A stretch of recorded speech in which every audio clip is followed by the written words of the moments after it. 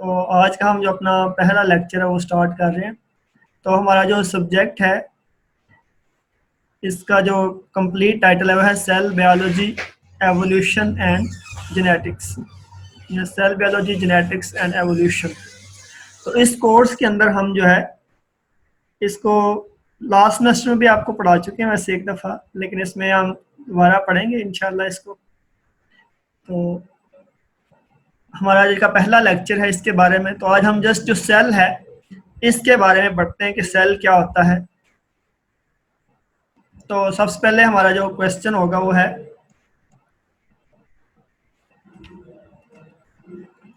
What is cell biology. पहले हम देखते हैं व्हाट इज सेल। सेल क्या है? सेल इज द स्ट्रक्चरल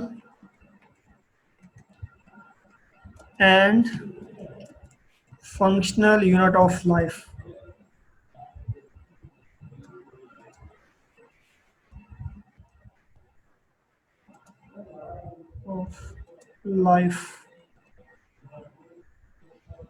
तो ये जो सेल है इसको स्ट्रक्चरल यूनिट इसलिए कहते हैं कि अपने लिविंग ऑर्गेनिज्म की जो प्रॉपर्टीज है उसमें एक प्रॉपर्टी है कि their body is composed of one और मोर सेल्स। कि जो लिविंग ऑर्गेनिज्म होते हैं उनकी जो बॉडी है वो या तो एक सेल से मिलकर बनी होती है या एक से ज़्यादा सेल, यानी यूनिसेलुलर ऑर्गेनिज्म भी होते हैं एंड मल्टी सेलुलर ऑर्गेनिज्म भी होते हैं। क्योंकि जो लिविंग और उनकी बॉडी है वो सेल से मिलकर बनी हुई है, इसलिए ये क्या है? Structural unit of life. और हमारी बॉडी के अंदर जितने भी फंक्शंस परफॉर्म होते हैं वो भी किसके थ्रू होते हैं? Through cell. तो सेल जो है ये बेसिक फंक्शन जो है ये परफॉर्म करते हैं। इस वजह से ये जो है सेल ये फंक्शनल यूनिट ऑफ लाइफ भी है, यानी ये स्ट्रक्चरल यूनिट ऑफ लाइफ भी है and functional unit of life भी है। तो बायोलॉजी की वाली ब्रांच जिसके अंदर हम सेल को स्टडी करते हैं उससे हम कहते हैं cell biology. Cell biology. Cell biology जो है ये क्या है? इसको आप सिंपल कह सकते हैं स्टडी ऑफ सेल। ठीक है, यहाँ इसका एक और नाम भी है सेल बायो का, इसे हम कहते हैं साइटोलॉजी।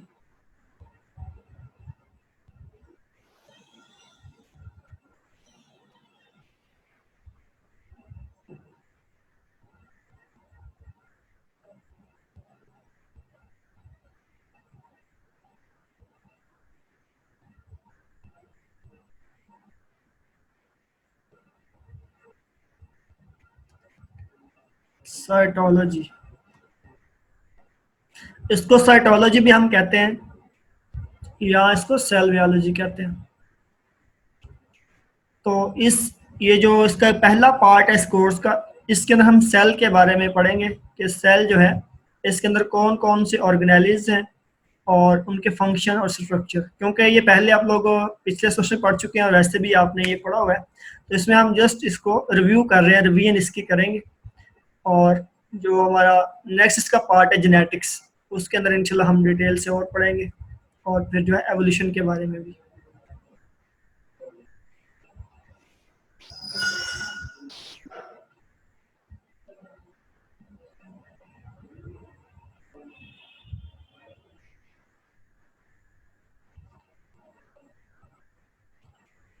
तो पहले बेटा सेल की हिस्ट्री थोड़ी सी देख लेते हैं। इसमें एमसीक्यूज जो आपको आते हैं उसमें पूछा जा सकता है इसके बारे में कि सेल को किसने डिस्कवर किया था।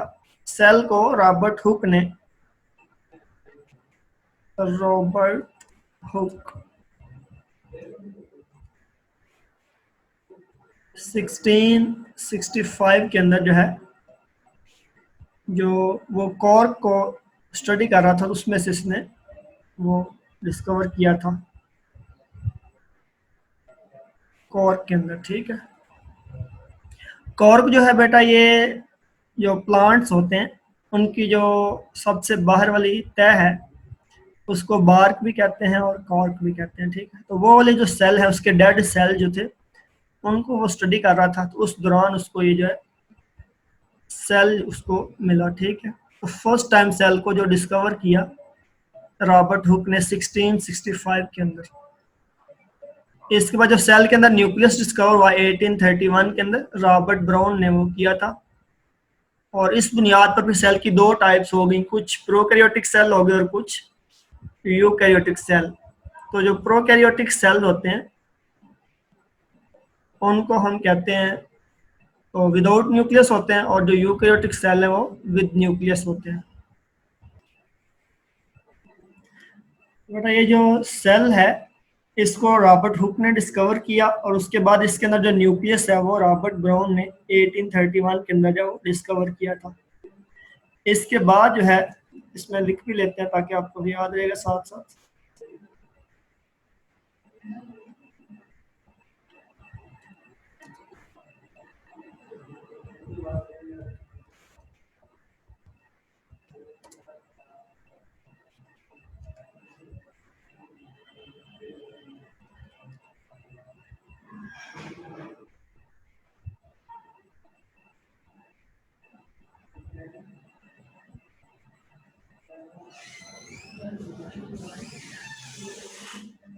तो जो रॉबर्ट ब्राउन है, रॉबर्ट ब्राउन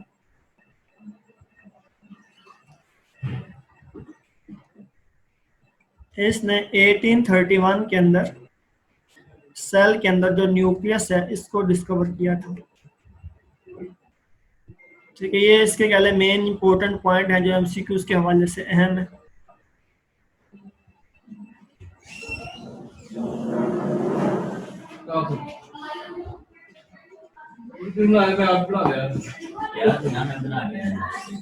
इसके बाद बेटा आ जाता है इसके हम जो मेन पॉइंट है वो सेल थ्योरी के बारे में पढ़ते हैं कि सेल थ्योरी जो है वो दो साइंटिस्ट थे, एक था श्लेडन, ये बॉटनिस्ट था, ये 1838 के अंदर ये काम कर रहा था, और एक और साइंटिस्ट था शवान, 1839 के अंदर ये जोलॉजिस्ट था।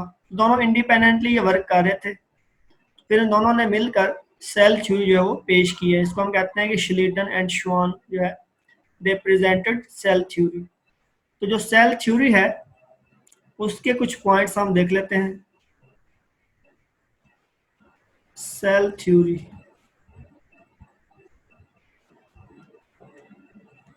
सेल थ्योरी जो है इसके आगे तीन बेटा पॉइंट्स हैं।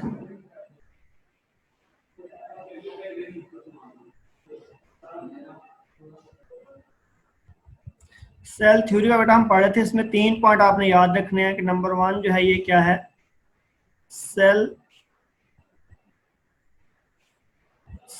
is the structural and functional unit of life.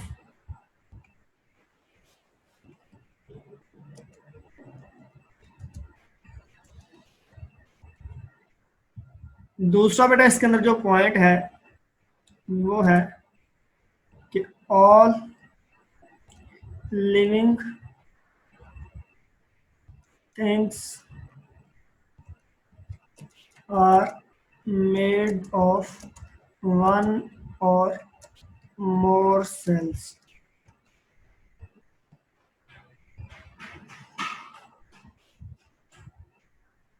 या इसको हम कहते हैं living things are made of cell and cell products.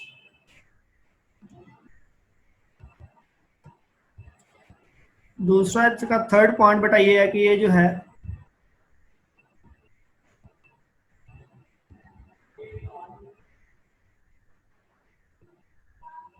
all या new cells arise from pre-existing cells,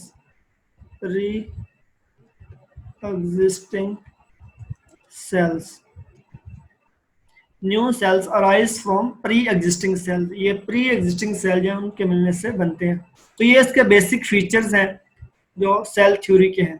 ठीक है, अब इसके कुछ एडवांटेजेस और कुछ डिसएडवांटेजेस भी डिस्कस करते हैं। तो जो सेल थ्योरी है इसके कौन कौन सी, यानी ये जब डिस्कवर हो गई तो इसके बाद कौन कौन से एडवांटेजेस है जो हमें मिले, तो यहाँ तक क्लियर हो गया होगा उम्मीद है आपको। इसके जो एडवांटेजेस हैं कि इसमें जो लिविंग और उनको समझने के लिए, अंडरस्टैंडिंग के लिए बहुत ज़्यादा जो है वो आसानी होगी, उनको स्टडी करना जो वो ईजी हो गया। और इसके कुछ डिसएडवांटेज थे कि जैसे इन्होंने कहा कि जो लिविंग ऑर्गेनिज्म होते हैं वो सिंगल सेल पर मुश्तमिल होते हैं या ज़्यादा सेल पर मुश्तमिल होते हैं। तो वायरसेस जो है ना उनको बेटा हम कहते हैं कि वो they are at the border line of life, ना ही उनको हम लिविंग में कंसिडर करते हैं, उनको लिविंग भी कंसिडर करते हैं, उनको नॉन लिविंग भी कहते हैं। वो नॉन लिविंग इसलिए है क्योंकि वो जो है खुद ब खुद रिप्रोड्यूस नहीं कर सकते, और लिविंग इसलिए कि जब किसी होस्ट में एंटर होते हैं तो फिर वो रिप्रोडक्शन करते हैं, इन उसको रिप्रोडक्शन के लिए होस्ट की ज़रूरत है। इस वजह से वो क्योंकि रिप्रोड्यूस करते हैं, रेप्लिकेट करते हैं, इस वजह से वो लिविंग है। और वो खुद ब खुद नहीं कर सकते, अगर इसको बाहर रख दिया जाए होस्ट के बगैर तो वो जिंदा भी नहीं रह सकते, ठीक है। तो वो जो है कह लें कि नॉन लिविंग कंसिडर होंगे, ठीक है। तो ये वाली जो सेल थ्योरी है इसने वायरसेस को कंप्लीटली डिफाइन नहीं किया। इसी तरह जो है दूसरा इसका पॉइंट है कुछ, तो सेल के अंदर उन्होंने ये भी बात की थी ये सेल थ्योरी में कि इनके अंदर ना न्यूक्लियस पाया जाता है, ठीक है। तो बैक्टीरिया जो होता है ये प्रोकैरियोटिक सेल हैं, तो उनके अंदर न्यूक्लियस मौजूद नहीं होता, साइनोबैक्टीरिया जो है उनके अंदर भी नहीं होता। तो ये जो प्रोकैरियोटिक सेल है ना इनको भी ये डिफाइन नहीं करती सेल थ्योरी जो है, ठीक है। इस वजह से ये इसके कुछ ड्रॉबैक हैं जिसकी वजह से कह लें कि कुछ बाद में इसमें इम्प्रूवमेंट भी हुई कि वो जो जब न्यूक्लियस डिस्कवर हो गया तो पता चला कि कुछ प्रोकैरियोट्स होते हैं, कुछ क्या होते हैं यूकैरियोट्स होते हैं। तो ये जो सेल थ्योरी है इसके हमने 3 पॉइंट आपने याद रखने हैं, और इसके जो ड्रॉबैक्स हैं उसमें जो मेन पॉइंट आपने याद रखना है कि इसका जो है सेल थ्योरी जो है इसके मुताबिक जो है तमाम जो लिविंग ऑर्गेनिज्म है they are made of cells. तो जो वायरस है उनको तो हम ए सेलर भी कह देते हैं, तो ये वायरसेस को कम्प्लीटली डिफाइन नहीं करती। दूसरा कि कुछ ऐसे भी ऑर्गेनिज्म हैं इसके सेल थ्योरी के मुताबिक क्या था, इसकी डिटेल में हम जाएं तो जो सेल के अंदर ना न्यूक्लियस लाजमी होता है, ठीक है। और वो जो सेल के अंदर न्यूक्लियस पाया जाता है बाद में कुछ ऐसे सेल भी डिस्कवर हो गए, जैसे बैक्टीरिया डिस्कवर हो गए, वायरसेस डिस्कवर हो गए, ब्लू ग्रीन एल्जी है वो डिस्कवर हुई, तो उनके अंदर तो न्यूक्लियस है ही नहीं था, तो वो भी इस थ्योरी के मुताबिक नहीं पूरा उतरते थे। फिर बाद में वो प्रोकैरियोटिक और यूकैरियोटिक जो टर्म्स है उनको लाया गया। इसी तरह इसके मुताबिक एक सेल में ना एक ही न्यूक्लियस होता है। सेल थ्योरी के मुताबिक क्या होता है कि हर सेल के अंदर सिर्फ और सिर्फ क्या हो सकता है एक न्यूक्लियस, लेकिन बाद में ऐसे सेल डिस्कवर हुए हैं जैसे फंगल सेल के अंदर आपने पढ़ा है जो वो नॉन सेप्टेट हाइफी होते हैं, क्विनोसिटिक हाइफी जिनको कहते हैं, तो उनके अंदर क्या होता है कि मल्टी न्यूक्लिएटेड होते हैं, वो बहुत ज़्यादा न्यूक्लियस पाए जाते हैं। इस तरह जो मसल सेल्स होते हैं हमारे वो भी बाई न्यूक्लिएटेड होते हैं। तो बाद में पता चला कि जो ये न्यूक्लियस है एक सेल के अंदर एक से ज़्यादा न्यूक्लियस भी हो सकते हैं, तो ये भी एक इसका नेगेटिव पॉइंट था सेल थ्योरी का। तो ये बेटा इसका कह लें कि बेसिक पॉइंट है कि सेल क्या है, इसको कैसे डिस्कवर किया गया, किस किस साइंटिस्ट का रोल, ये ऑब्जेक्टिव के लिए अहम है सेल थ्योरी जो है। और नेक्स्ट जो है हम पढ़ेंगे इसके सिंगल ऑर्गेनेलिज के बारे में कि एक जो ऑर्गेनेली होता है उसका स्ट्रक्चर क्या होता है, उसका फंक्शन क्या होता है। तो इसको हम शुरू करेंगे 1 बाय 1। आज मेरा हमारा जो पहला लेक्चर है ना इसके अंदर हम जस्ट ये कर लेते हैं कि इंट्रोडक्शन, जैसे हमने सेल बायोलॉजी का कर लिया है इसी तरह थोड़ा सा जेनेटिक्स का भी कर लेते हैं, ठीक है। तो आज का हमारा जो लेक्चर होगा ये just introduction to the course हो जाएगा, ठीक है। Introduction to cell biology, genetics and evolution. तो ये थोड़ा सा इंट्रोडक्शन सेल का वो हो गया, सेल बायोलॉजी का। और दूसरा थोड़ा सा हम पढ़ लेते हैं इसके बारे में।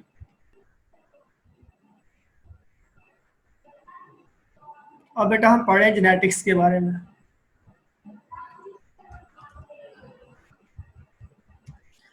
जेनेटिक्स जो है ये क्या है, ये है स्टडी ऑफ जीन्स,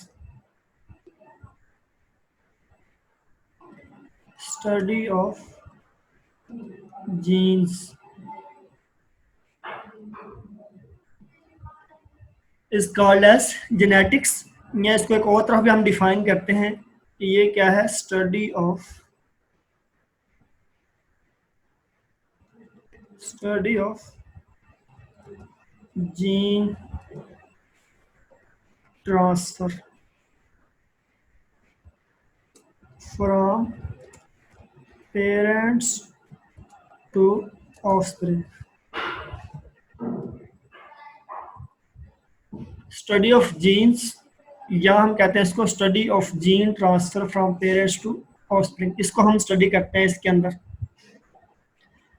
तो बेटा इसमें एक और बात क्लियर कर लें कि जो जेनेटिक्स की न्यू डेफिनेशन है, एक पुरानी आपने पढ़ी होगी कि वो वाली बायोलॉजी की ब्रांच जिसमें जानदारों की जो खसूसियात हैं उनका हम मुताला करते हैं कि वो किस तरह पेरेंट्स से ऑफस्प्रिंग मुंतकिल होती हैं। अब ये जो न्यू कंसेप्ट है वो ये है कि ये जो खसूसियात होती हैं ये ट्रांसफ़र नहीं होती, बल्कि जीन्स जो होते हैं ये ट्रांसफ़र होते हैं फ्रॉम पेरेंट्स टू ऑफस्प्रिंग। तो उसमें फिर किस तरह वो खसूसियत आती हैं, उसका आंसर ये है कि जब जीन ट्रांसफ़र हो जाते हैं उसके बाद इन्वायरमेंट जो है ये बताता है अब कौन सा जीन जो है वो एक्टिव होगा। अगर आपको जीनोटाइप का याद हो तो उसमें क्या होता है, फिनोटाइप प्लस इन्वायरमेंट। जो जो फिनोटाइप होती है वो जीनोटाइप प्लस इन्वायरमेंट, ये जीन और इन्वायरमेंट मिले तो फिर फिनोटाइप जो है वो बनती है।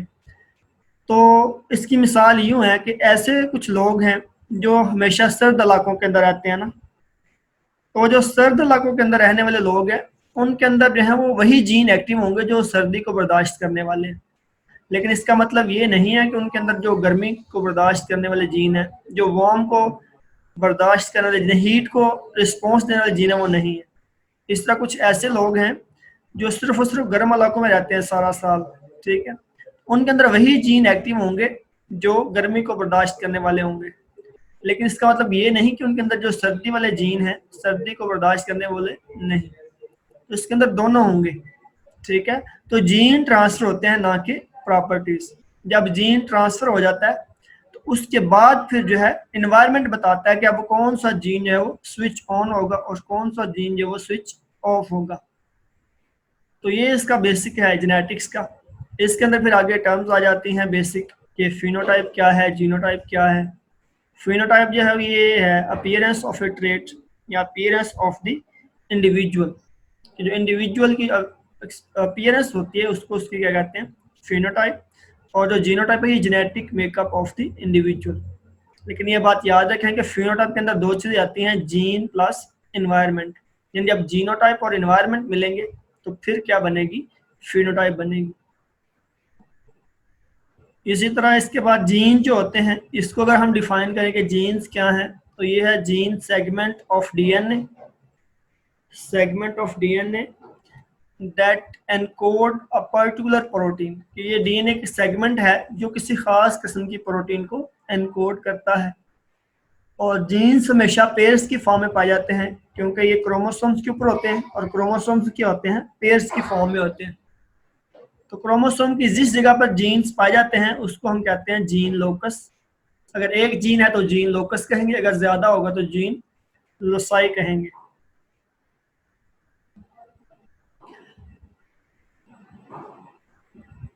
तो ये आपको जीनोटाइप और फिनोटाइप और फिर आगे जीन्स और जीन्स के बाद उसकी जीन लोकस का बता दिया है। ये अक्सर स्टूडेंट इसमें कंफ्यूज होते हैं, वाइवे के अंदर पूछा जाता है कि what is gene locus. Gene locus क्या होता है, ये है position of gene on the chromosome. Chromosome के ऊपर जिस जगह पर जीन मौजूद होता है उसको हम कहते हैं जीन लोकस। अगर ज्यादा होंगे जीन तो फिर जीन लोसाई कहेंगे, ठीक है। इसी तरह ये जो है क्रोमोसोम के ऊपर जीन जो है वो, जीन कहाँ होते हैं, क्रोमोसोम के ऊपर, ये हमेशा पेयर फॉर्म में होते हैं। जैसे मैं इधर लिखता हूँ यहाँ पे फॉर एग्जांपल एक जीन है, ये है कैपिटल ए स्मॉल ए। तो ये जो स्मॉल ए और कैपिटल ए है ये एक जीन की दो फॉर्म्स है, इनको हम कहते हैं alternate form of a gene या partner of a gene pair is called allele. तो ये कैपिटल ए स्मॉल ए का और जो स्मॉल ए है वो कैपिटल ए का क्या है, अलील है। तो ये दोनों एक दूसरे क्या हैं, अलील कहलाते हैं।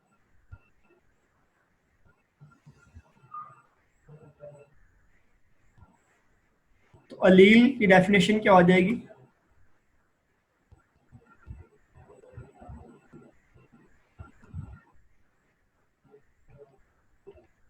Partner of a gene pair is called as allele. कि जो जीन पेयर का पार्टनर होता है उसको उसका क्या बोलते हैं, अलील बोलते हैं। इसी तरह क्या होता है कि अलील ये जीन में दो तरह के हैं अलील, एक डोमिनेंट है और एक क्या है, रिसेसिव।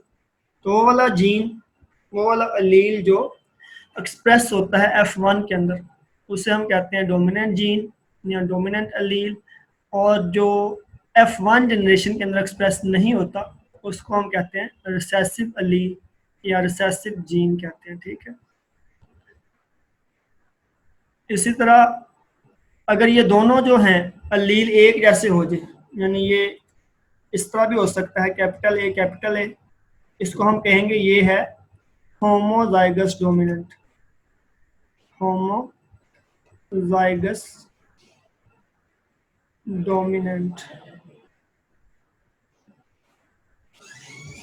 और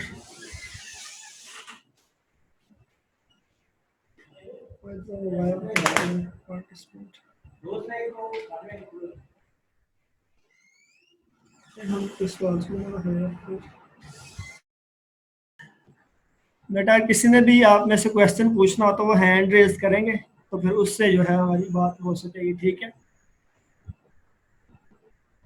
तो मैं बता रहा था कि ये जो कैपिटल ए होगा तो इसे हम होमोजोगस डोमिनेंट कहेंगे, और ये अगर स्मॉल ए होगा तो इसे हम कहेंगे होमोजाइगस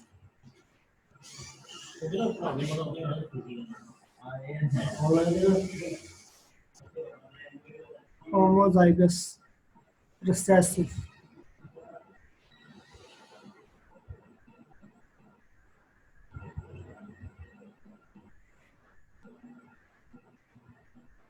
और इसकी थर्ड फॉर्म है, ये है हेट्रोजाइगस।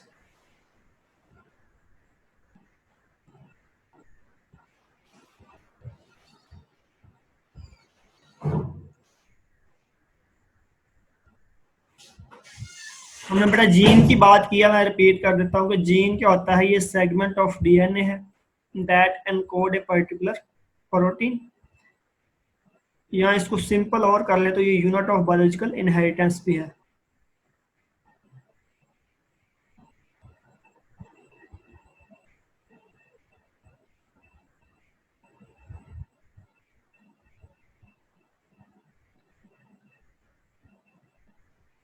उसके बाद मैंने कहा कि जीन हमेशा पेयर फॉर्म में होता है, तो ये जो पेयर है इसके अंदर जो पार्टनर है दोनों एक दूसरे के, उनको हम कहते हैं अलील।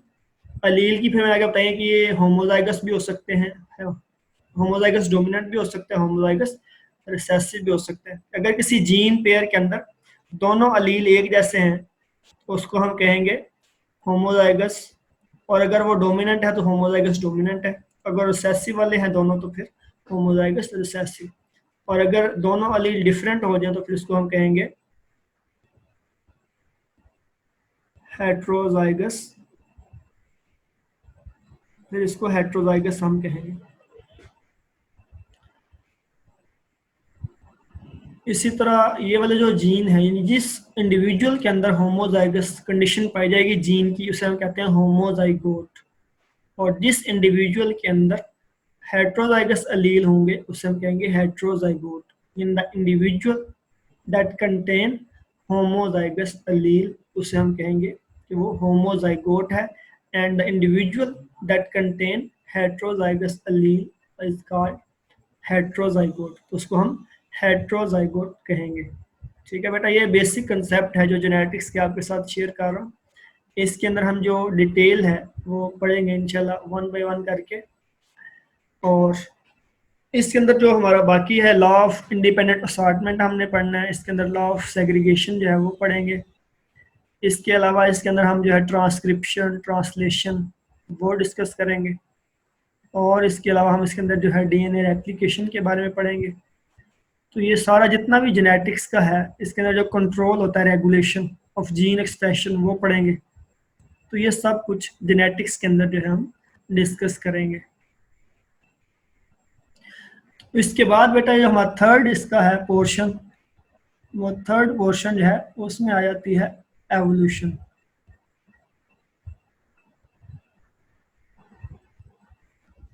थर्ड बेटा जो हमारा पोर्शन है वो एवोल्यूशन का है।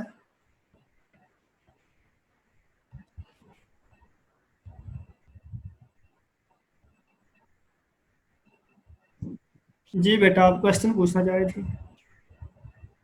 नूर फातिमा। सर वो आपने जो है वो पार्टनर का जीन कह रहे हैं, तो जी जी अलील का बेसिक जीन जो है वो जेनेटिक इंफॉर्मेशन ट्रांसफर करता है, तो वो अलील का बेसिक मीनिंग क्या है, या मतलब इसका दोबारा बेटा पूछिएगा। अलील का बेसिक मीनिंग क्या होगा? मीन्स जीन है तो वो जेनेटिक इंफॉर्मेशन ट्रांसफर करते हैं, तो ये अलील जो है वो इसका फंक्शन या इसका बेसिक मीनिंग क्या होगा ये? अलील बेटा कह लें कि दो जैसे क्रोमोसोम आता है ना, जब एक आता है फीमेल से एक आता है मेल से क्रोमोसोम, ऐसी है ना। तो जो मेल वाला होगा उसके ऊपर एक अलील होगा, एक फीमेल का जो क्रोमोसोम है उसके ऊपर अलील होगा। जब दोनों अलील मिलेंगे तो फिर एक जीन बनेगा। क्लियर बेटा? Yes. यानी ये है उसकी ये जो जीन होते हैं ये हमेशा पेयर फॉर्म के अंदर होते हैं। मैं कहता हूँ कि फॉर एग्जांपल ये जो जीन है ना, ये हाइट को कंट्रोल करता है, ठीक है। तो जो हाइट को कंट्रोल करने वाला जीन है उसके दो अलील होंगे, यानी कह लें उसके ये पार्ट हैं, ये दोनों मिलेंगे तो फिर एक जीन कंप्लीट बनेगा।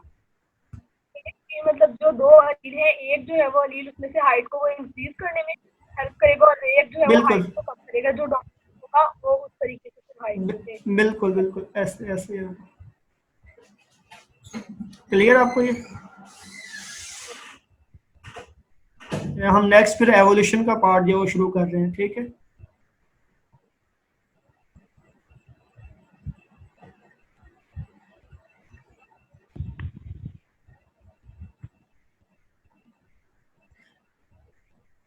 तो नेक्स्ट बच्चों हम शुरू कर रहे हैं एवोल्यूशन के बारे में। एवोल्यूशन को डिफाइन कर लेते हैं। इसको इसको सिंपल अगर आप कहें तो इसको हम कहते हैं कि इसके अंदर हम क्या करते हैं, वो स्टडी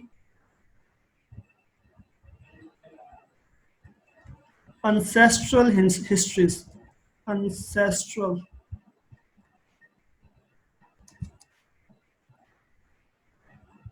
हिस्ट्री। जो ancestral histories होती हैं वो एवोल्यूशन के अंदर जो है वो स्टडी की जाती हैं। यानी अगर किसी के आबाओ इजाद के बारे में जानना हो, जो भी प्रेजेंट स्पीशीज हैं, अब जो हमें स्पीशीज नजर आती हैं, अगर हमने ये स्टडी करना हो ये किस तरह बन गई थी, जो प्रेजेंट फॉर्म के अंदर नजर आती हैं, इन स्पीशी को स्टडी करने के लिए हमें क्या करना पड़ेगा, एवोल्यूशन को स्टडी करना पड़ेगा। इसकी डेफिनेशन भी लिख लेते हैं कि ये एवोल्यूशन है क्या चीज। इसकी जो प्रॉपर डेफिनेशन है वो ये है कि descent with modification, descent with modification और टाइम, और टाइम। डिसेंट का बता यहाँ मतलब है कि टू कम इनटू एग्जिस्टेंस, के मार्ज वजूद में आना, यानी किसी चीज का बनना।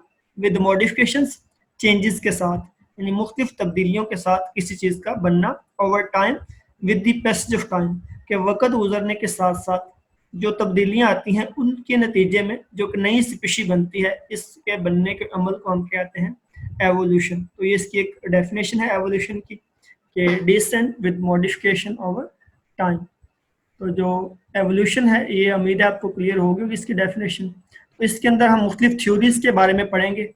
जो मेन दो थ्योरीज हैं, एक है थ्योरी ऑफ नेचुरल सिलेक्शन जो डार्विन ने पेश की थी, और दूसरी जो है वो है थ्योरी ऑफ स्पेशल क्रिएशन, ये लीनियस कैरोलस लीनियस जो है इसने पेश की थी, ठीक है। इन दोनों में जो मेन डिफरेंस है, जो थ्योरी ऑफ स्पेशल क्रिएशन के ऊपर साइंटिस्ट बिलीव करते हैं उनको हम कहते हैं क्रिएशनिस्ट, और वो वाले साइंटिस्ट जो थ्योरी ऑफ नेचुरल सिलेक्शन के ऊपर बिलीव करते हैं उनको हम कहते हैं नेचुरलिस्ट। तो जो नेचुरलिस्ट हैं उनके मुताबिक क्या है, थ्योरी ऑफ नेचुरल सिलेक्शन के मुताबिक, उनके मुताबिक ये है कि new species arise from the pre existing species. वो कहते हैं कि जो अब हम जो स्पीशीज देख रहे हैं मॉडर्न दौर के अंदर, जितनी भी स्पीशीज हैं, they have evolve from the previous species. इसको इधर मैं जरा लिख के आपको बता देता हूँ कि फॉर एग्जांपल ये हमारे पास एक स्पीशी थी, स्पीशीज इसको मैं कह देता हूँ कि ये है हमारे पास फॉर एग्जाम्पल स्पीशीज नंबर 3 है। इसके नीचे लिख लेते हैं ये स्पीशीज नंबर 2 है ये वाली, और इसके नीचे लिख देते हैं कि ये है स्पीशीज नंबर 1। तो ये 3 स्पीशीज मैंने लिखी हैं। तो नेचुरलिस्ट क्या कहते हैं, वो कहते हैं फॉर एग्जाम्पल मैं कहता हूँ ये जो स्पीशी 1 है ना ये न्यू है अब, ठीक है। जो स्पीशी 3 है ये ओल्ड है, यानी ये ओल्ड स्पीशी है एक, और ये वाली जो है ये क्या है, न्यू स्पीशी है। तो नेचुरलिस्ट कहते हैं कि जो न्यू स्पीशीज हैं they are evolve from the pre existing species, कि जो स्पीशी 3 और 2 है इससे बनी स्पीशी 1। वो कहता है कि स्पीशी 3 से स्पीशी 2 बनी और स्पीशी 2 से स्पीशी 1 बनी। अगर इसका आप उल्ट करें तो वो भी आप जा सकते हैं कि पहले स्पीशी 1 थी फिर स्पीशी 2 थी, अब जो प्रेजेंट है ये स्पीशी 3, इसको अगर आप न्यू कहेंगे तो फिर भी वही आ जाएगा, ठीक है। तो ये जो बताने का मकसद है कि जो न्यू स्पीशीज हैं नेचुरलिस्ट के मुताबिक ये कैसे बनती हैं, प्री एग्जिस्टिंग स्पीशीज से बनती हैं। लेकिन जो स्पेशल क्रिएशनिस्ट हैं, स्पेशल क्रिएशनिस्ट कहते हैं कि ये जो इतनी भी स्पीशीज हैं, वो चाहे कोई न्यू स्पीशी है चाहे वो कोई ओल्ड स्पीशी है, ये सारी की सारी जो स्पीशीज हैं दे आर फॉर्म्ड और they are created by nature in their present form. कि जितनी भी स्पीशीज हैं वो नेचर यानी अल्लाह ताला ने, गॉड ने एक नेचुरल फोर्स कहते हैं, उसने इसको प्रेजेंट फॉर्म के अंदर इसी तरह बिल्कुल पैदा किया था, और उसके बाद फिर वो कहते हैं कि एवोल्यूशन हुई। जो स्पेशल क्रिएशन वाले साइंटिस्ट हैं वो कहते हैं कि जो स्पीशीज होती हैं वो जो पुरानी स्पीशीज है उनसे नहीं बनती, बल्कि उनकी जितनी भी प्रेजेंट फॉर्म होती है उसी में अल्लाह ताला उनको क्रिएट करता है। फॉर एग्जांपल प्लांट्स हैं, एनिमल्स हैं, वायरसेस हैं, बैक्टीरिया हैं, आगे इनकी बहुत सारी स्पीशीज हैं। तो जितनी भी स्पीशीज हैं ये सारी की सारी जो हैं इनको इनकी जो मौजूदा फॉर्म है जिसमें हमें नजर आ रहे हैं इसको अल्लाह ताला ने ऐसा ही पैदा किया था। लेकिन उसके बाद क्या हुआ कि इसके अंदर क्या आती गई चेंजेस, इसके अंदर क्या आती गई चेंजेस आती गई, एवोल्यूशन जो है वो होती गई। तो ये बिलीव करते हैं एवोल्यूशन के ऊपर after the birth of species, कि जब स्पीशीज बन जाती हैं तो उसके बाद उसके अंदर चेंजेस आती हैं। लेकिन जो नेचुरल लिस्ट हैं वो कहते हैं कि नहीं, इस तरह नहीं, बल्कि जो पुरानी स्पीशीज होती हैं उन्हीं से नई स्पीशीज बनती हैं। तो इसके अंदर ये जो है हम इसको कंप्लीट डिस्कस करेंगे कि जो थ्योरीज ऑफ नेचुरल सिलेक्शन है और थ्योरी ऑफ स्पेशल क्रिएशन। तो स्पेशल क्रिएशन के ऊपर बिलीव करने वाले साइंटिस्ट हैं वो क्रिएशनिस्ट हैं, उसमें लीनियस का नाम आता है, और जो डार्विन है वो नेचुरलिस्ट है, उसकी थ्योरी ऑफ नेचुरल सिलेक्शन। तो जो लास्ट इसका पार्ट है वो एवोल्यूशन के बारे में है। एवोल्यूशन के अंदर हम अनसेस्ट्रल हिस्ट्रीज जो है यानी जो अबाउ इजाद होते हैं स्पीशीज के उनको स्टडी करते हैं, और इसकी डेफिनेशन मैंने आपको बताई है कि descent with modification over time, के वक्त गुजरने के साथ साथ जो तब्दीलियां आती हैं उन तब्दीलियों की वजह से जो न्यू स्पीशीज बनती हैं, इस अमल को हम कहते हैं एवोल्यूशन। तो इसके बारे में आज हम सेल ऑर्गेनेली के बारे में देख रहे हैं कि उसके अंदर कौन कौन से सेल ऑर्गेनेलीज मौजूद होते हैं और उनका स्ट्रक्चर क्या होता है, उनके फंक्शन क्या है। तो सबसे पहले जो हम शुरू कर रहे हैं ये सेल मेम्ब्रेन। सेल मेम्ब्रेन को प्लाज्मा मेम्ब्रेन भी कहते हैं। प्लाज्मा मेम्ब्रेन इसको इसलिए कहते हैं कि ये साइटोप्लाज्म को सराउंड करती है, ठीक है। तो सेल मेम्ब्रेन का जो मेन बेटा काम है ये होता है इसको शेप सेल को फराहम करती है, और साथ साथ इसके हम देखेंगे कि ये ट्रांसपोर्ट के अंदर भी हेल्प करती है, ठीक है। तो सबसे पहले इसको डिफाइन कर लेते हैं कि ये है क्या। सेल मेम्ब्रेन ये outer most boundary of the cell है, या इसको हम कहते हैं कि thin and flexible covering around this cell, ठीक है।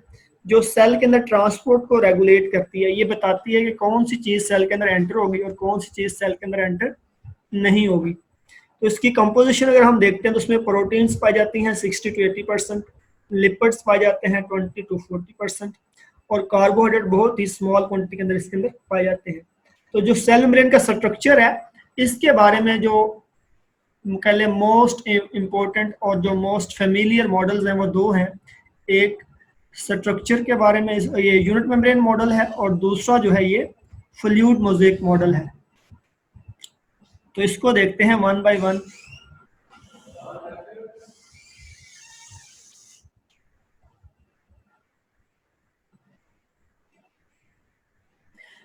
तो यहाँ पे आप देख सकते हैं बेटा ये है यूनिट मेम्ब्रेन मॉडल। ये जो यूनिट मेम्ब्रेन मॉडल है इसको डेविसन और डैनियल जो है इन्होंने 1935 के अंदर, और फिर इसी मॉडल को मॉडिफाई किया रॉबर्टसन 1959 के अंदर इसको इसने पेश किया। इस मॉडल के मुताबिक क्या है, यहाँ फिगर में आप देख सकते हैं कि यहाँ पे ये कहते हैं कि जो लिपिड बाई लेयर होती है, यानी दो लिपिड्स की लेयर पाई जाती हैं, ये लिपिड की पहली लेयर और ये इसकी दूसरी लेयर, कि जो लिपिड बाई लेयर है it is sandwich between the protein layers. ये जो ग्रीन में दिखाई गई हैं ये प्रोटीन लेयर्स हैं और ये भी नीचे भी। तो ये इस मॉडल के मुताबिक क्या है कि जो लिपिड बाई लेयर होती है it is sandwich between two protein layers, के दो प्रोटीन लेयर्स के दरमियान ये सैंडविच की तरह लगी होती है। तो ये लेस एक्सेप्टेबल मॉडल है जो यूनिट मेम्ब्रेन मॉडल है। इसके मुताबिक हमने पढ़ लिया कि ये लिपिड बाई मेम्ब्रेन जो है, लिपिड बाई लेयर, वो दो प्रोटीन लेयर के दरमियान में पाई जाती है। तो नेक्स्ट जो बेटा मॉडल है वो है फ्लूइड मोज़ेक मॉडल।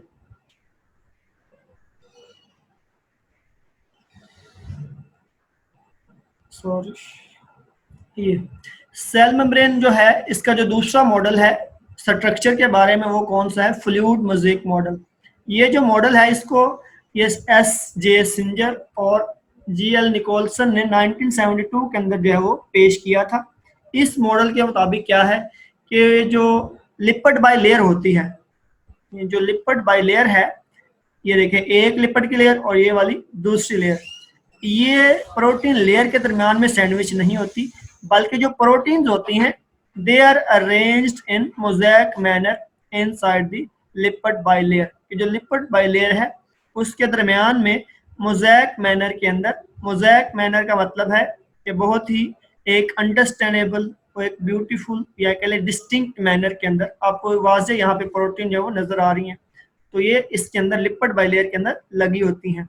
तो ये जो बेटा मॉडल है इसमें ये मोस्ट एक्सेप्टेबल मॉडल है सेल मेम्ब्रेन के बारे में। इसमें मुख्तलिफ प्रोटीन आपको नजर आ रही हैं, ग्लाइकोप्रोटीन्स हैं, इंटेग्रल मेम्ब्रेन प्रोटीन्स हैं, पेरिफेरल मेम्ब्रेन प्रोटीन्स हैं, साइटोस्केलेटल फिलामेंट्स हैं। तो ये सारी जो प्रोटीन्स हैं इनके फंक्शंस हैं, हर प्रोटीन एक फंक्शन जो है वो परफॉर्म करती है। तो स्ट्रक्चर बेटा यहाँ पे हमारा हो गया क्लियर कि जो सेल मेम्ब्रेन है उसके बारे में दो मॉडल थे, उसमें कंपोजिशन में क्या क्या होता है कि प्रोटीन्स होती हैं, लिपिड्स होते हैं और कार्बोहाइड्रेट होते हैं।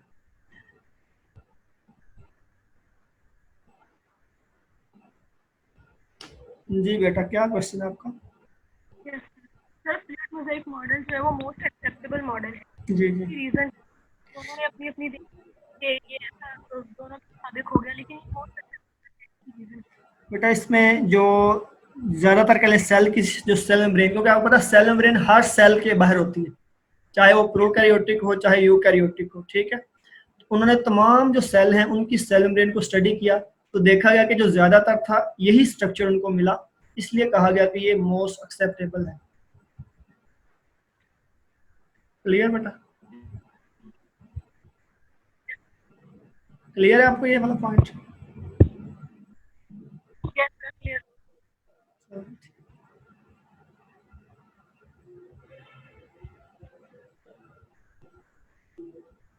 अब बेटा हम देख रहे हैं इसके फंक्शन के, ये सेल मेम्ब्रेन जो है कौन कौन से फंक्शन जो है ये परफॉर्म करती है। इसका जो मेन फंक्शन है वो है कि ये जो सेल की शेप है उसको मेंटेन करती है सेल मेम्ब्रेन जो है, और इसके अलावा इसको हम कहते हैं ये सिलेक्टिवली परमिएबल मेम्ब्रेन है।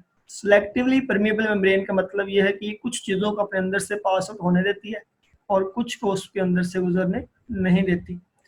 वो कौन कौन सी चीज़ें हैं, इसमें स्मॉल जो मॉलिक्यूल्स होते हैं दे कैन इजीली पास आउट, और जो लिपिड सॉल्युबल मॉलिक्यूल्स होते हैं वो भी इजीली पास हो सकते हैं। न्यूट्रल मॉलिक्यूल जो होते हैं जिनके ऊपर कोई चार्ज नहीं होता वो भी इजीली पास आउट हो सकते हैं, जैसे गैस के मॉलिक्यूल हैं, कार्बन डाइऑक्साइड है, ऑक्सीजन है, they can easily pass the cell membrane. लेकिन जो ये वाले हैं चार्ज आयन जो होते हैं जिनके ऊपर कोई ना कोई चार्ज होता है वो इस मेम्ब्रेन में से इजीली पास आउट नहीं होते, ठीक है। ये इसकी आगे हम पढ़ते हैं इसकी रीजन कि ये सिलेक्टिवली परमिएबल है, इसके अंदर जो लिपिड्स पाए जाते हैं उनके बारे में हम आगे डिस्कस करते हैं इसको। लेकिन ये पॉइंट डिस्कस कर देता हूँ मैं। ये अगर पीछे वाली डायग्राम आप देखें यहाँ पे, ये लिपर्ड्स के अंदर अगर आप देखें तो इसमें दो इसके होते हैं पार्ट। ये इसके हेड, ये जो आपको नजर आ रहा है, ये हेड जो ये हाइड्रोफिलिक होते हैं, और इसकी जो टेल होती है ये क्या होती है, हाइड्रोफोबिक होती है। तो ये जो हाइड्रोफिलिक होते हैं ये बाहर आ रहे होते हैं, ये कह लें कि सोल्यूशन के अंदर पड़े होते हैं, और ये जो टेल्स होती हैं इन साइड दी मेम्ब्रेन होती हैं, ये डीप होती हैं, ये वाली जो है इसकी टेल जो है। तो क्योंकि ये लिपर्ड्स जो होते हैं आपको पता है कि ये हैं, इसके ऊपर भी कोई ना कोई चार्ज जो ये हैं, सॉरी, नॉन पोलर मॉलिक्यूल्स हैं। तो इसमें से जो पोलर मॉलिक्यूल जो होंगे वो इसमें से जो है इजीली पास आउट नहीं हो सकते। इस वजह से इसमें हमने ये लिखा कि जो चार्ज पार्टिकल होते हैं उनको ये चीज़ें जो है रिपेल करती हैं। तो इस वजह से वो इसमें से फिर उनको पास आउट होने के लिए ना कोई स्पेशल इसमें से चाहिए होता है, उसे कहते हैं फैसिलिटेटर। ठीक है, आगे हम पढ़ते हैं डिटेल में कि वो फैसिलिटेटर कौन कौन से हो सकते हैं। तो अब ये जो ट्रांसपोर्ट है सेल के अंदर, सेल मेम्ब्रेन के थ्रू, ये इसकी काफ़ी टाइप्स हैं, इसको वन बाय वन हम डिस्कस करते हैं। तो जो मेन दो टाइप्स हैं उसमें हम एक पढ़ते हैं पैसिव ट्रांसपोर्ट और एक होती है एक्टिव ट्रांसपोर्ट। जो पैसिव ट्रांसपोर्ट है इसको हम कहते हैं ये अलोंग द कंसंट्रेशन ग्रेडियंट होती है।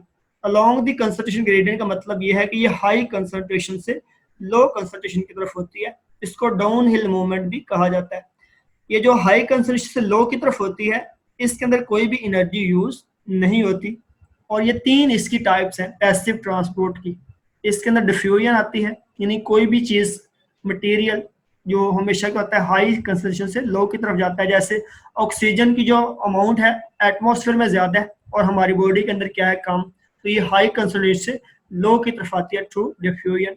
इसका जो कार्बन डाइऑक्साइड है उसकी मिकदार हमारी बॉडी के अंदर क्या होती है ज्यादा, और इन्वायरमेंट के अंदर क्या है कम, तो वो भी हाई से लो की तरफ आती है।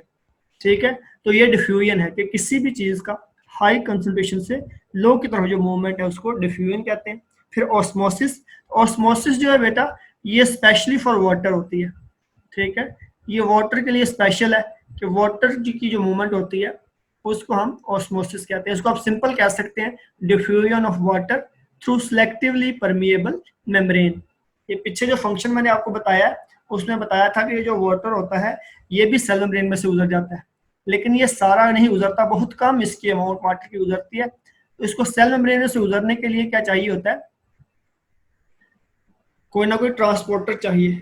तो ये वाटर जो मूव करता है ये सेल मेम्ब्रेन से गुजर के आता है, तो इस वजह से ये इसको हम कहेंगे ये इसकी डिफ्यूजन नहीं बल्कि इसको ऑस्मोसिस, यानी स्पेशल नाम एक दे दिया गया है ये भी डिफ्यूजन, ये भी हाई कंसंट्रेशन लो की तरफ आ रहा है, लेकिन ये कैसे आ रहा है थ्रू सिलेक्टिवली परमिएबल मेम्ब्रेन। तो इस वजह से इसको नाम दिया ये ऑस्मोसिस।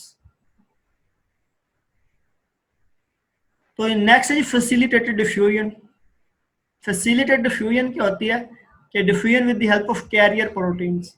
जैसे हमने कहा कि जो लिपिड बाइलेयर होती है उसके दरमियान में प्रोटीन मोज़ेक मैनर के अंदर लगी होती है, तो उसमें वो प्रोटीन्स हैं जो फैसिलिटेट करती हैं उन चीज़ों को गुजरने में जो डायरेक्ट उस मेम्ब्रेन में से नहीं गुजर सकती।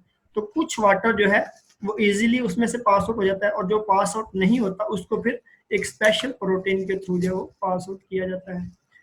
तो ये जो पासपोर्ट में क्या होता है कि ये अगेंस्ट द कंसंट्रेशन ग्रेडियंट है। एमसीक्यू में आपको आ सकता है कि the transport that is against the concentration gradient उसको हम कहते हैं एक्टिव ट्रांसपोर्ट। जो अलोंग द कंसंट्रेशन ग्रेडियंट है वो पैसिव, और जो अगेंस्ट द कंसंट्रेशन ग्रेडियंट है वो एक्टिव ट्रांसपोर्ट है। ठीक है, तो यहाँ पे जो एक्टिव ट्रांसपोर्ट है ये क्या है, अगेंस्ट द कंसंट्रेशन ग्रेडियंट। इसका मतलब है कि from low concentration to high concentration, यानी लो कंसंट्रेशन से हाई कंसंट्रेशन जाना, इसको एक्टिव ट्रांसपोर्ट कहते हैं। और इसमें एनर्जी जो है ये यूज होती है इन द फॉर्म ऑफ एटीपी। ठीक है, इसकी जो एग्जांपल है एक्टिव ट्रांसपोर्ट की वो ये जो पोटाशियम और सोडियम आयंस मूव करते हैं, जब ये नर्व इम्पल्स मूव करती है उस दौरान, तो वो एक्टिवली उनको ट्रांसपोर्ट जो है वो किया जाता है।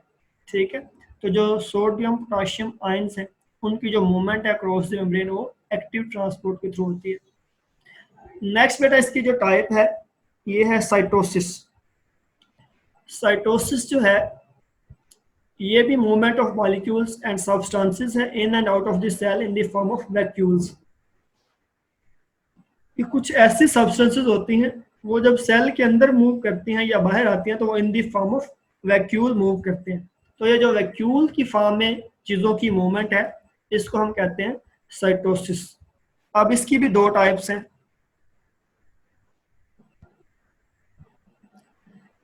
साइटोसिस की भी दो टाइप्स हैं।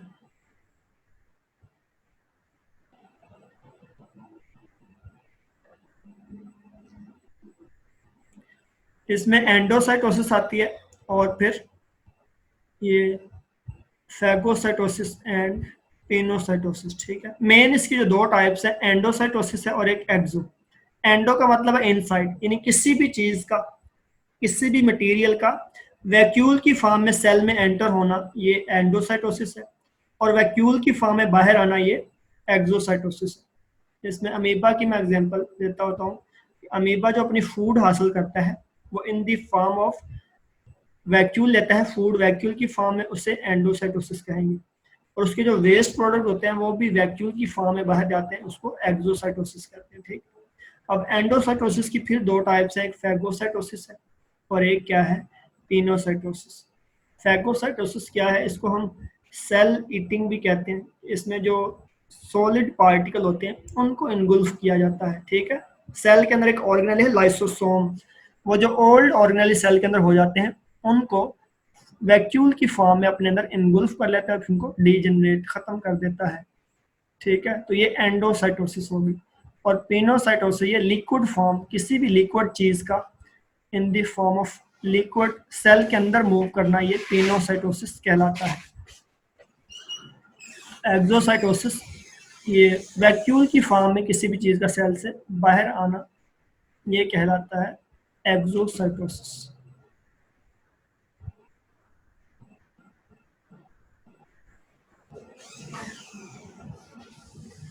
ये यहाँ पे आप देख सकते हैं एंडोसाइटोसिस दिखाई गई। ये फूड पार्टिकल था, यहाँ से एंटर हुआ फूड वैक्यूल की फॉर्म में, अमीबा के अंदर डाइजेशन दिखाई जा रही है।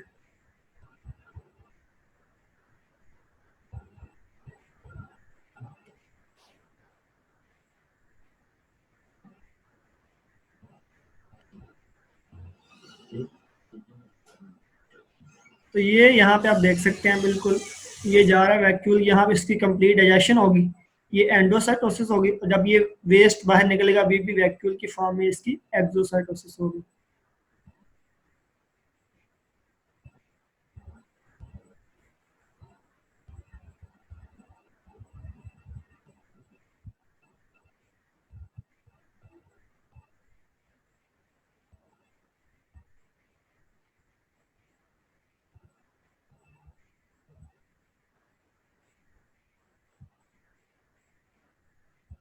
यहाँ फिर इसी चीज को दोबारा डिस्कस जो है वो किया गया है, दिखाया गया है किस तरह से ये जो है मेम्ब्रेन जो है मूव करती है। ये आप देख सकते हैं इसमें कि ये एक सेक्रेटरी प्रोडक्ट थी कोई भी, तो ये इन द फॉर्म ऑफ क्या हुई, वैक्यूल की फॉर्म में एंटर हुई है, और फिर यहाँ से ये वेजिकल बन गया और यहाँ से इसको सॉर्ट ऑफ दूसरे सेल में आगे भेज दिया जाएगा। तो ये जो एंडोप्लाज्मिक रेटिकुलम आपने पढ़ा होगा, इसमें हम डिटेल से पढ़ेंगे एंडोप्लाज्मिक रेटिकुलम के बारे में, कि जो रफ एंडोप्लाज्मिक रेटिकुलम होते हैं वो प्रोटीन की सिंथेसिस करते हैं। तो जो protein rough endoplasmic reticulum synthesis करते हैं वो कहीं और सेल में जाकर इस्तेमाल होती है, तो उनको फिर इन दी फॉर्म ऑफ वैक्यूल जो है वो ट्रांसफर किया जाता है आउट ऑफ द सेल। ठीक है, उनकी जो मूवमेंट होगी out of the cell exocytosis, जब वो किसी दूसरे सेल में एंटर होगी तो उसको कहेंगे एंडोसाइटोसिस।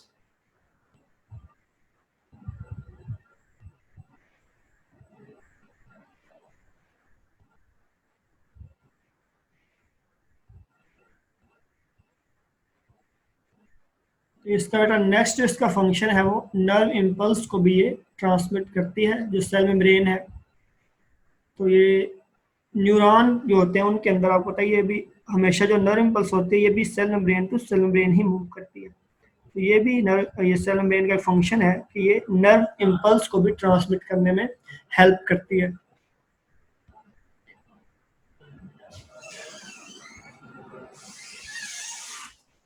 ये यहाँ तक बेटा हमारा जो है ना ये हो गया है सेल मेम्ब्रेन के बारे में हम पढ़ चुके हैं।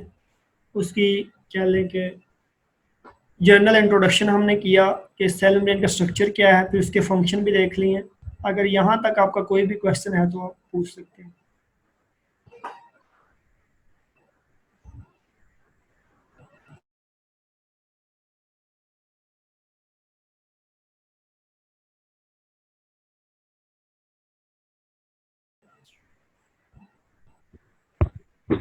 सर जी वो बेटा। टू सेल्स जो वो हो रही है एंडो और एक्टो, वो एक बार फिर से बता दें। जी जी, क्या पूछा बेटा आपने? जो दो सेल्स के दरमियान हो रही है बिटवीन टू सेल्स, जो एंडो और एक्टोसाइटोसिस हो रही है, उसके बारे में एक बार फिर से। मैंने बेटा बताया कि जो रफ एंडोप्लाज्मिक रेटिकुलम होते हैं, वो जो प्रोटीन की सिंथेसिस करते हैं, वो किसी और सेल के अंदर इस्तेमाल होनी होती है। ठीक है, तो वो जो प्रोटीन सिंथेसिस करेंगे वो in the form of vacuole पहले जाएगी गोल्जी अपरेटस के पास। गोल्जी अपरेटस उसकी फिनिशिंग करेगा, उसकी प्रोडक्ट बनाएगा, और फिर उसको वैक्यूल की फॉर्म में सेल मेम्ब्रेन तक पहुंचाया जाएगा। जब वो सेल मेम्ब्रेन के पास आएंगे, वो वैक्यूल वहां से बाहर निकलेंगे, और उसको हम कहेंगे ये एक्सोसाइटोसिस होगी उसकी। अब वो जो वही वैक्यूल जब किसी और सेल में एंटर होगा, तो उसको हम कहेंगे वो एंडोसाइटोसिस उसकी होगी। क्लियर बेटा आपको ये? एक्सो और एंडोसाइटोसिस कितना टाइम होगी दोनों चीजें? हाँ जी। मैंने कहा एक्सो और एंडोसाइटोसिस एट अ टाइम हो रही होंगी, ये दोनों चीजें एक जी जी, टाइम पे हो हाँ रही हाँ हाँ, बिल्कुल ऐसे ही। जिससे बाहर आ रही है वो वहां से एक्सो हो रही है, और जिसके अंदर जा रही है वहां पे एंडोसाइटोसिस हो रही है। क्लियर बेटा ये? हैं। Yes sir.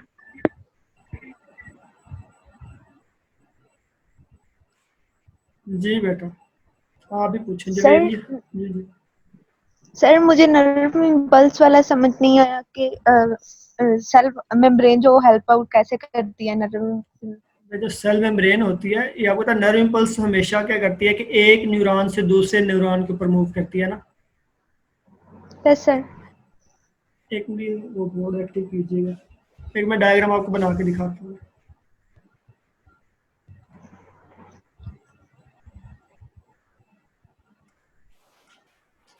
ये बेटे यहाँ पे आप देखिएगा, मैं इधर यहाँ बनाता हूँ इसकी डायग्राम।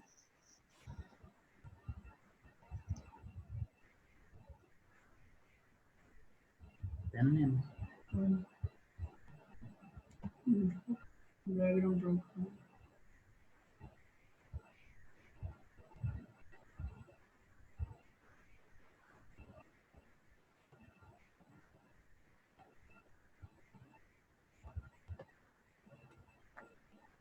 ये देखिए बेटा, फॉर एग्जांपल ना, ये एक ना न्यूरॉन की मेम्ब्रेन एक ये वाली है। ठीक है, आ रहा है नजर आपको बेटा? Yes sir. और एक ये वाली मेम्ब्रेन है। ठीक, ये एक न्यूरॉन 1 है ये वाला, और ये है न्यूरॉन 2। ठीक है, यस सर। तो ये जो है नर्व इम्पल्स क्या होती है कि ये एक वे, इसे हम कहते हैं वेव ऑफ इलेक्ट्रोकेमिकल चेंजेस। ठीक है, that move from one neuron to yes sir. Another through cell membrane. ये सेल मेम्ब्रेन के थ्रू जो है ये मूव करती है।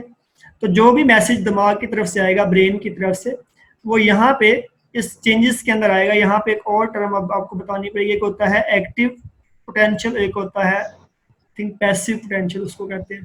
तो जब ये एक्टिव, जब न्यू नर्व इम्पल्स ने ट्रांसमिट होना होता है ना, तो ये यहाँ पे कुछ चेंजेस आती हैं। फॉर एग्जांपल इसके ऊपर ना कुछ पॉजिटिव चार्ज आ जाएगा। ठीक है, इसके ऊपर यहाँ पे कह लें कि पॉजिटिव चार्ज जो है वो अपीयर हो जाएगा इसके ऊपर, एक मेम्ब्रेन के ऊपर। ठीक है, और ये यस दोनों सर। जहाँ पे मिलते हैं ना, दो न्यूरॉन्स, इसको हम कहते हैं साइनैप्स।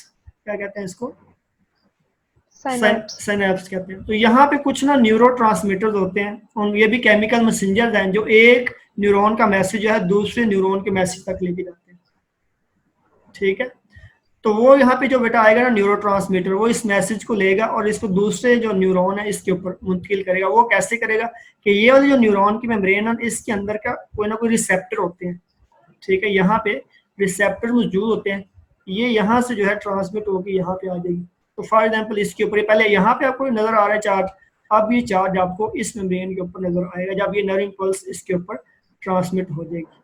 ठीक है, तो देखिए ये जो एक न्यूरॉन से दूसरे में हुई है, तो वो भी, उसकी भी मेम्ब्रेन है और इसकी भी क्या है, ये मेम्ब्रेन है। तो इस तरह ये सेल मेम्ब्रेन जो है ये हेल्प करती है in the transmission of nerve impulse. Clear बेटा आपको ये? Yes sir. हाँ, तो ये वो वाली ये जितनी भी नर्व्स होती हैं ये हमेशा cell membrane to cell membrane ही मूव करती हैं। जी सर ठीक है। ठीक है, और कोई बेटा क्वेश्चन है तो बताएं। No sir. ठीक है,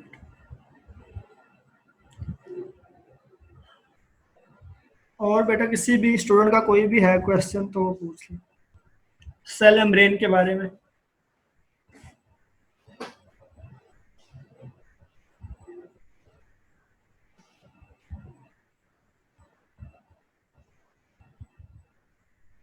फिर नेक्स्ट हम शुरू कर लेते हैं सेल वॉल।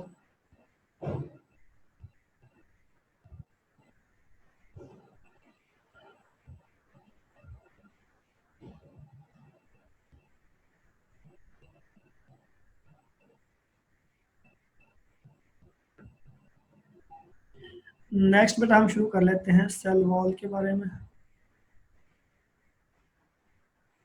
तो सेल वॉल जो है ये सेकंड, अगर प्लांट के अंदर सेकंड ऑर्गेनेली है जिसको हमने कहा कि ये क्या है, सेल वॉल जो है। एनिमल सेल में तो सिर्फ और सिर्फ सेल मेम्ब्रेन होती है, और पौधों के अंदर क्या होता है कि इसके साथ साथ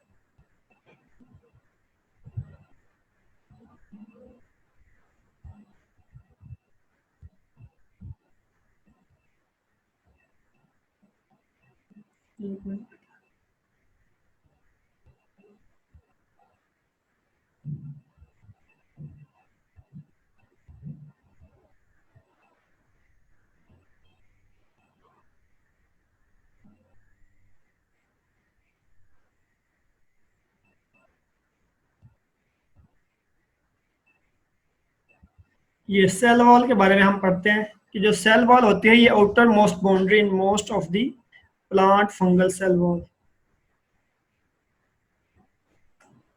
ये प्लांट्स के अंदर, बैक्टीरिया के अंदर और फंजाई के अंदर जो है सेल मेम्ब्रेन के बाहर भी एक मेम्ब्रेन पाई जाती है जिसको हम कहते हैं सेल वॉल, और ये जो है प्रोटोप्लाज्म से सिक्रीट होती है।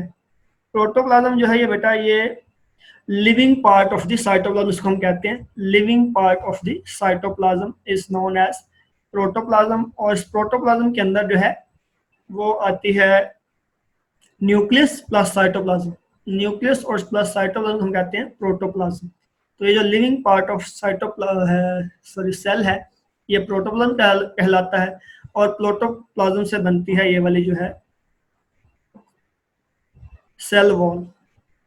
और सेल वॉल खुद जो है ये क्या है, एक नॉन लिविंग स्ट्रक्चर है, यानी खुद ये नॉन लिविंग होती है। इसकी केमिकल जो कंपोजिशन है ये सेलुलोज की बनी होती है प्लांट के अंदर, फंजाई के अंदर ये जो है काइटिन की बनी होती है, और जो प्रोकैरियोटिक सेल है जैसे बैक्टीरिया है उसके अंदर ये पेप्टाइडोग्लाइकन की बनी होती है। ठीक है, म्यूरिन भी इसको कहते हैं। तो इसकी जो स्ट्रक्चर और केमिकल कंपोजिशन है प्रोकैरियोटिक सेल में और है, और जो यूकैरियोटिक सेल है उसमें और है।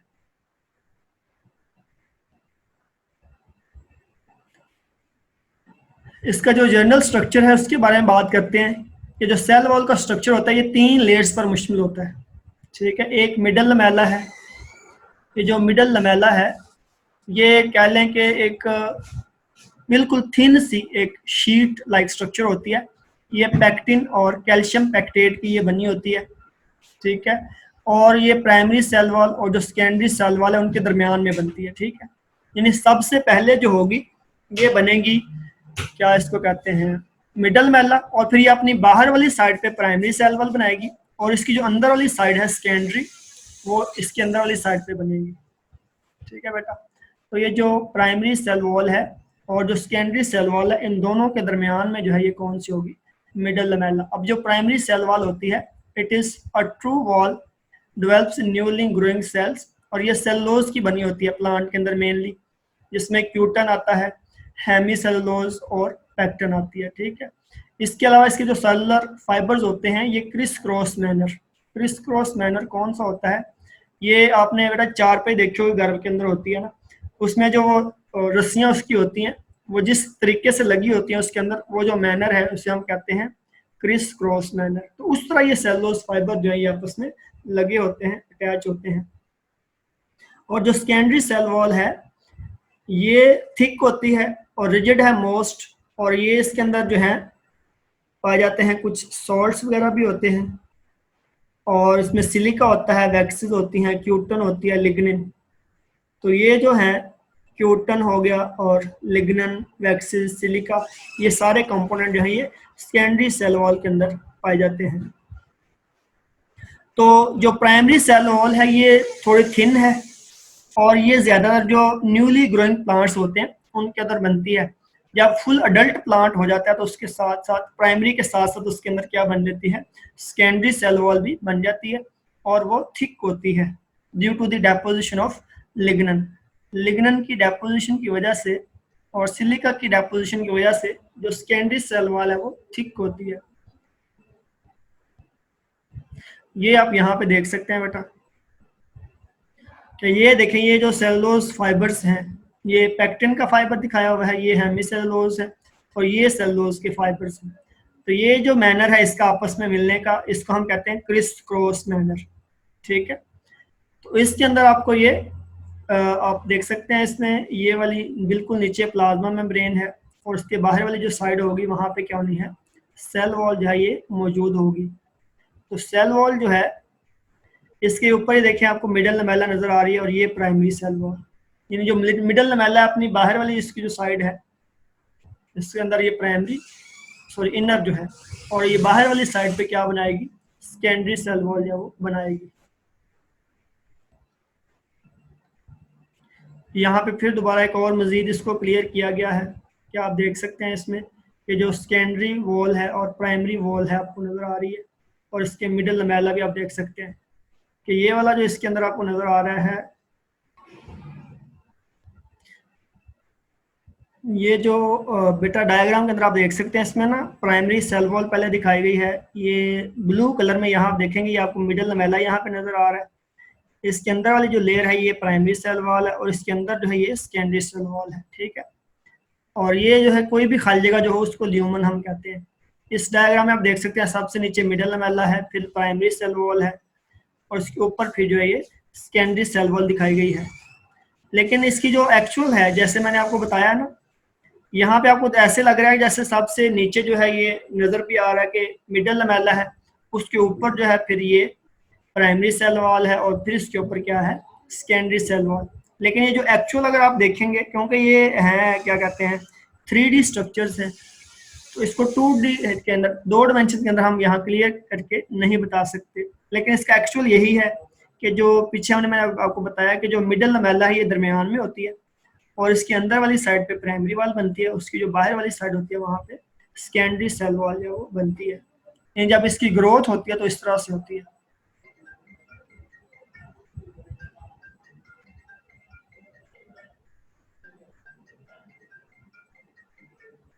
नेक्स्ट बेटा इसके फंक्शंस हैं कि it provides a definite shape to the cell and keep its rigid. ये जो सेल वॉल है ये भी सेल को डेफिनेट शेप देती है। तो सेल मेम्ब्रेन का भी हमने पढ़ा था कि वो भी क्या देती है, शेप टू द सेल। तो ये दूसरी जो वॉल आ गई है सेल वॉल के बाहर, इस वजह से जो प्लांट सेल होते हैं ये ज्यादा रिजिड होते हैं। जब सेल डिवीजन होती है तो जो एनिमल सेल होता है उसकी शेप चेंज हो जाती है, लेकिन जो प्लांट सेल होता है ना उसकी शेप इतनी ज्यादा चेंज नहीं होती। उसकी वजह यह है कि उसके बाद क्या होती है कि रिजिड सेल वॉल जो है वो पाई जाती है। तो सेल वॉल की वजह से जो प्लांट का सेल होता है उसकी शेप इतनी जल्दी चेंज नहीं होती।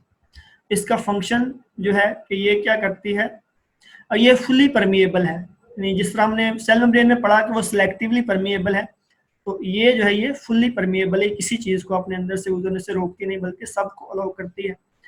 और इसका फंक्शन क्या है, ये प्रिवेंट करती है cells from swelling and busting as a result of osmotic pressure. आपको पता है कि वाटर की कंडक्शन होती है पौधों के अंदर, तो वाटर जब किसी सेल में एंटर होता है तो उस वजह से सेल क्या बन जाते हैं, टर्जिड। तो अगर उनके बाद सेल वॉल के, सेल मेम्ब्रेन के बाहर सेल वॉल ना हो तो हो सकता है वो बस्ट कर दे। तो सेल वॉल जो है सेल को स्वेल करने से, यानी उसकी जो कांस्टेंट पोजीशन है उसको, और जो उसकी बस्टिंग है उससे रोकती है, और ये प्रमोट करती है cell to cell signalling via plasmodesmata और सेल कम्युनिकेशन, यानी क्योंकि सेल मेम्ब्रेन के बाहर सेल वॉल आ गई है, तो सेल वॉल जो है इसके अंदर से तमाम चीज़ों ने गुजरना है, तो उसके लिए एक स्पेशल पाथवे है जिसको हम कहते हैं प्लाज्मोडेस्माटा। आगे डायग्राम शायद होगी, मैं दिखा देता हूँ, वरना बना के भी दिखा देता हूँ आपको इसके बारे में। तो जो सेल की कम्युनिकेशन है, सेल की कम्युनिकेशन क्या है, जैसे अभी पीछे हम पढ़े थे कि एक सेल के अंदर जो रफ एंडोप्लाज्मिक रेटिकुलम है वो प्रोटीन बनाता है और फिर वो दूसरे सेल तक पहुंचनी होती है।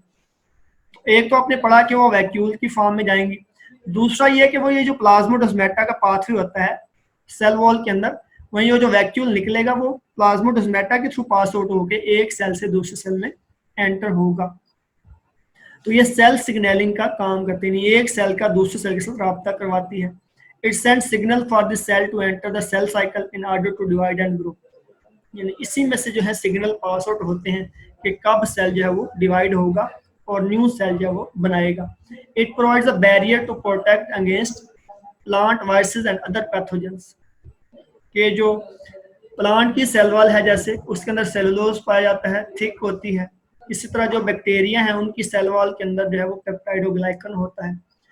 तो ये जो सेल वॉल है ये रिजिड होने की वजह से ये पौधों के ऊपर जो वायरसेस होते हैं, जो बैक्टीरिया डिजीज काज करने वाले, उनसे इनको प्रोटेक्ट करती है और ये वाटर लॉस को भी प्रिवेंट करती है। इसके अलावा ये कार्बोहाइड्रेट स्टोर करती है अपने अंदर प्लांट ग्रोथ के लिए, स्पेशली सीड्स की जो सेल वॉल होती है उसमें ये काम करते हैं, ताकि जब सीड ग्रो करेगा तो वो न्यूट्रिएंट यूज करके फिर न्यू जो है प्लांट के अंदर इजीली ग्रो कर सकेगा।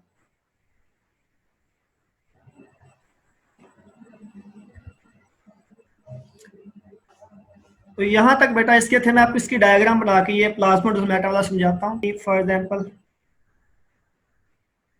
ये एक प्लांट सेल था, सॉरी ये ठीक नहीं बनी। इसी तरह ये एक दूसरा प्लांट सेल है, ये उनकी मैंने सेल मेम्ब्रेन बनाई, ठीक है। अब इसके बाहर क्या होनी है, इसकी सेल वॉल होगी। तो ये सेल वॉल जो है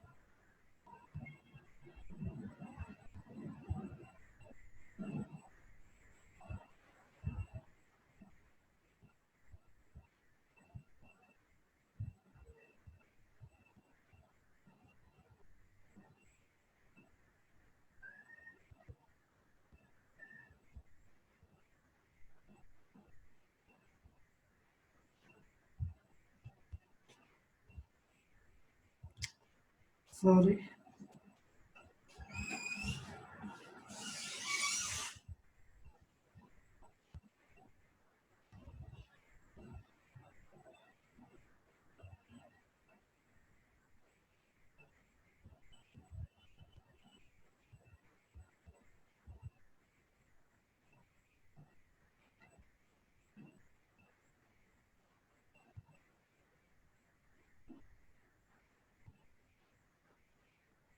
तो ये देखिए बेटा, ये एक प्लांट सेल है और ये दूसरा प्लांट सेल है, ठीक है। तो इसने इस सेल के साथ कम्युनिकेट करना, यानी इसमें से कुछ चीज ने इसमें से एंटर होना इधर।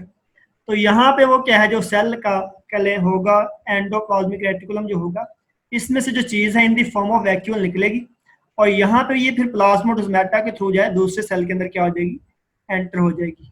तो ये जो प्लाज्मोडेस्माटा है इसके बारे में पढ़े थे कि जो सेल वॉल होती है इसके अंदर ये पोर्स पाए जाते हैं, जिसकी वजह से एक सेल जो है दूसरे सेल के साथ कम्युनिकेट कर सकता है, चीज़ों की ट्रांसपोर्ट जो है वो ईजिली हो सकती है। उम्मीद है आपको समझ आ गया होगा। तो आज हम यहीं पे इसको एंड